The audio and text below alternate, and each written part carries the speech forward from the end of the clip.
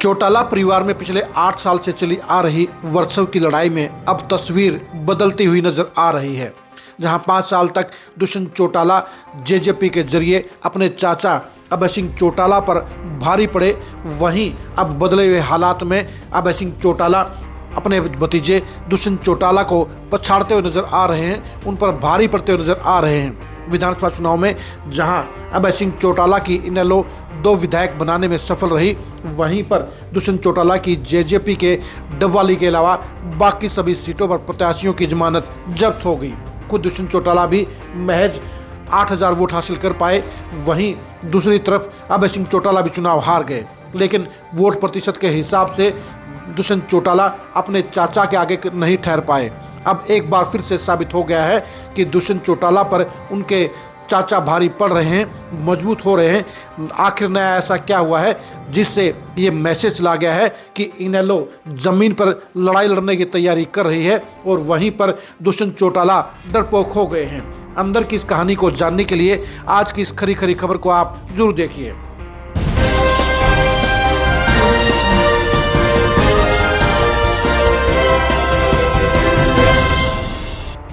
हरियाणा में स्थानीय निकाय चुनाव का बिगुल बज चुका है। जहां बीजेपी और कांग्रेस ने सिंबल पर चुनाव लड़ने का ऐलान कर दिया है, तो वहीं पर आम आदमी पार्टी के बाद अब अभय चौटाला की इनेलो भी मैदान में उतर गई है।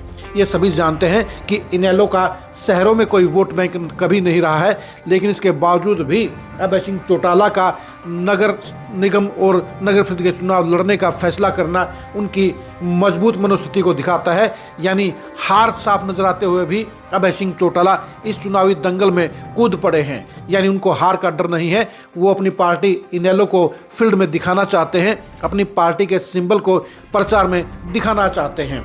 आप खुद ही सुनिए अभय सिंह चौटाला ने स्थानीय निकाय चुनाव को लेकर क्या कहा। महाराष्ट्र पार्टी के जिला अध्यक्षों को और शहरी अध्यक्ष जो हमारे, उनको बुलाया जहां जहां पे नगर परिषद के, आपके म्युनिसिपल कमेटी के और मेयर के जो चुनाव होने, कि वहां पे हमें चुनाव सिंबल पे लड़ना है या फिर सिंबल के बिना किसी साथी को चुनाव में खड़ा करना है। इसके ऊपर आपस में बैठ करके आज हमने अपना विचार विमर्श किया है और उसमें यही तय हुआ है कि अगले 2 दिन के अंदर वो अपने यहां से कौन कौन कैंडिडेट होंगे चुनाव लड़ने वाले, उनसे बातचीत करके वो हमें अवगत करा देंगे और जहां जरूरी होगा सिंबल पे लड़ना, वहां जरूर सिंबल पे लड़ेंगे। कोई ऐसी जगह भी आ सकती है कि जहां हमारी विचारधारा का व्यक्ति हो, जो हमारे से समर्थन लेकर के चुनाव लड़ना चाहता हो, वो अपने आप को समर्थित उम्मीदवार के रूप में खड़ा करेगा तो हम उसकी सपोर्ट भी करेंगे। ये हमने आज इस पर फैसला लिया है। दूसरा एक और फैसला जो हमने किया है कि हमारे पार्टी के सीनियर जो साथी है, उनको हमने 4 जिले दिए हैं, जो जिलों में जाकर के इंडियन नेशनल लोकदल पार्टी के जितने भी पुराने साथी हैं, चाहे वो चौधरी देवीलाल के वक्त के हैं, चाहे चौटाला साहब के साथ रहे हैं, जो किसी वजह से आज निष्क्रिय है, उन सब से संपर्क करेंगे, उन सब से बातचीत करेंगे, उनसे मिलेंगे और उसके बाद फिर हम अपनी पार्टी का नए सिरे से संगठन बनाने का काम करें।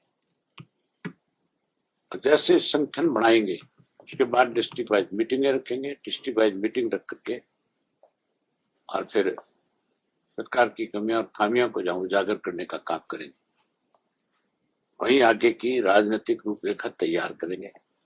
संगठन को और कैसे मजबूत किया जाए, संगठन को और ज्यादा प्रभावी कैसे बनाया जाए, उसको लेकर के आगामी पर कार्यक्रम बनाए जाए।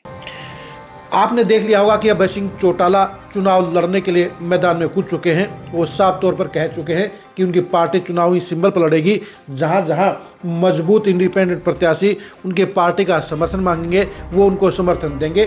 4 जिलों को 4 नेताओं में बांट दिया गया है। यानी इन चुनाव को लेकर इनेलो पूरी तरह से सीरियस है।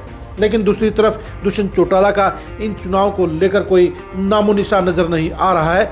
वो फील्ड से गायब चल रहे हैं और स्थानीय निकाय चुनाव को लेकर जेजेपी दूरी बनाए हुए है, यानी दुष्यंत चौटाला इन चुनाव में भागीदारी नहीं कर रहे हैं। इसका कारण साफ है कि दुष्यंत चौटाला की पार्टी जेजेपी शहरों में कोई बड़ी ताकत नहीं है।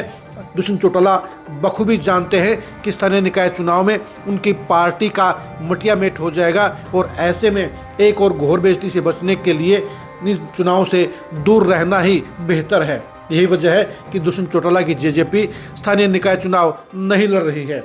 यानी ये साफ हो गया है कि अब भतीजा चाचा के आगे कमज़ोर पड़ रहा है और चाचा माड़े हालात के बावजूद अपनी पार्टी को बनाए रखने के लिए पूरी कोशिश कर रहे हैं। लेकिन दुष्यंत चौटाला 2 महीने के बाद भी ना तो पार्टी का संगठन खड़ा कर पा रहे हैं, ना ही अपनी पार्टी को मजबूती दे रहे हैं और 3.5 महीने से वो उचाना में घुसने का साहस भी नहीं जुटा पाए हैं। यानी हर तरह से दुष्यंत चौटाला डरपोक साबित हो रहे हैं। और दूसरी साइड में अभय सिंह चौटाला अपनी पार्टी के खराब हालात के बावजूद उसे जिंदा रखने के लिए, उसे मजबूत करने के लिए हर मुमकिन कोशिश कर रहे हैं।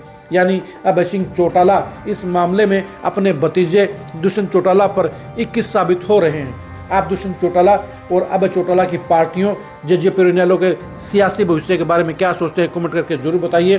दुष्यंत चौटाला और अभय सिंह चौटाला अपनी पार्टियों की मजबूती में क्या कामयाब हो पाएंगे, ये भी कमेंट करके जरूर बताइए। आज की तारीख में दुष्यंत चौटाला और अभय चौटाला में से किसका हरियाणा में ज़्यादा जनाधार है, ये भी कमेंट करके जरूर बताइए।